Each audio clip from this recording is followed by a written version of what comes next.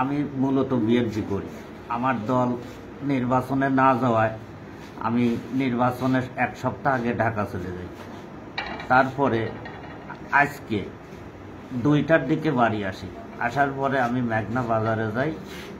যাওয়ার পরে সন্ধ্যার দিকে পেন্টু মেম্বারের নেতৃত্বে কল্লোল, সুরুজ ওকে ওরফে ওকে, জাহির নাই, ওরা যখন 3-4টা বাড়ি দেয় তারপর আমি জ্ঞান হারা হয়ে যাই। তারপর প্রচুর আমারে মারছে। কি দিয়ে মেরেছে বিষয়টা দেখেছেন কিনা? দেখেছি, ধারালো চাকু ছিল, রড ছিল, তারপরে হকি স্টিক ছিল, বাটাম ছিল, যে যেরকম পারছে আমাকে মারছে। আমার নাকের উপরে একটা কোপ দিছে, আমার এদের সেলাই করা লাগছে। এই ঘটনায় আপনি বিচার চান কিনা? হ্যাঁ, আমি অবশ্যই বিচার চাই, কারণ আমি তো নির্বাচনে নেই, আমার দল নির্বাচনে নাই, আমি ঢাকাতে আছি। নির্বাচন শেষ হয়েছে, আজকেই আমি বাড়িতে আসছি। হ্যাঁ, আমার কেউ বলতে পারবে না যে অমুকের সমর্থন করছি বা অমুকেরই করছি, কেউ বলতে পারবে না।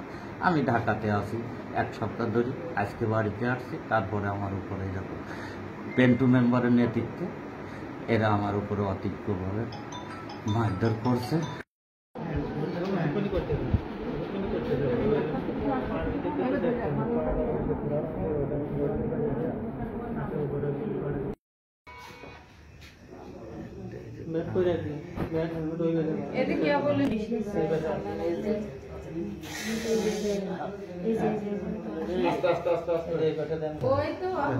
আবু বকর আমার চাচাতো ভাই।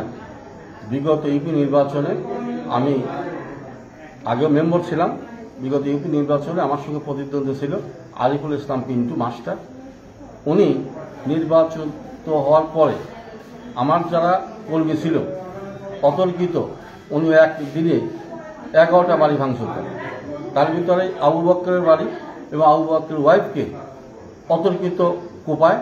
সে উনি প্রেগনেন্ট অবস্থায় প্রচুর পরিমাণ তাকে মারধর করে, শারীরিক নির্যাতনকে মারধর করে। রাজবাড়ি যায় একটা কোর্টে একটা মামলা হয় পিবিআইতে তদন্ত সাপেক্ষে।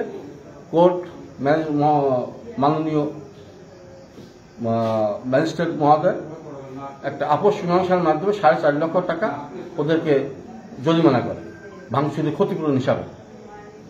ওই ক্ষতিপূরণ ওরা 4.5 লক্ষ টাকা দেওয়ার পর দিন থেকে বিভিন্নভাবে হুমকি ধমকি দিয়ে আসছে, আবু বকর ওই টাকা তুমি ফেরত দাও, নইলে তোমাকে মারি দেবো।